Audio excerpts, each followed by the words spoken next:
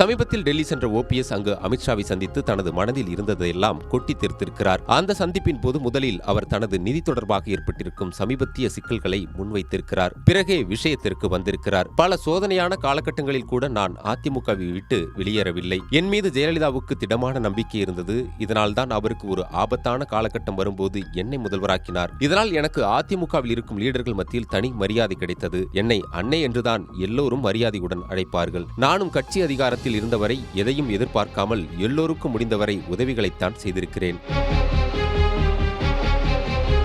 இதையெல்லாம் நம்பித்தான் அதிமுக மீண்டும் எப்படியாவது என் வசம் வரும், இல்லையென்றால் மீண்டும் அங்கு என்னை சேர்த்துக் கொள்வார்கள் என காத்திருந்தேன். இதில் எதுவுமே நடக்கவில்லை. எனக்கு ஏற்பட்ட பின்னடைவால் என்னை நம்பி என்னுடன் பயணித்தவர்கள் ஒவ்வொருவராக வேறு கட்சிகளை நோக்கி போக ஆரம்பித்து விட்டனர். இந்த நிலையில் புதிய கட்சி எதுவும் துவங்கும் எண்ணம் எனக்கு இல்லை. அதற்கு என் நிதி பிரச்சனைகளும் ஒரு காரணம். என் வயதும் 70 தாண்டி விட்டது. இதற்கு மேல் என்னால் பெரிய ரிஸ்க் எதுவும் எடுக்க முடியாது. எனவே அதிமுகவில் நான் மீண்டும் இணைய ஒரு வாய்ப்பை ஏற்படுத்தி கொடுங்கள். நீங்கள் ஏதாவது ஒரு நிர்பந்தத்தை கொடுத்து அழுத்தி சொன்னால் கண்டிப்பாக எனது எதிர்பார்ப்பு நிறைவேறும்.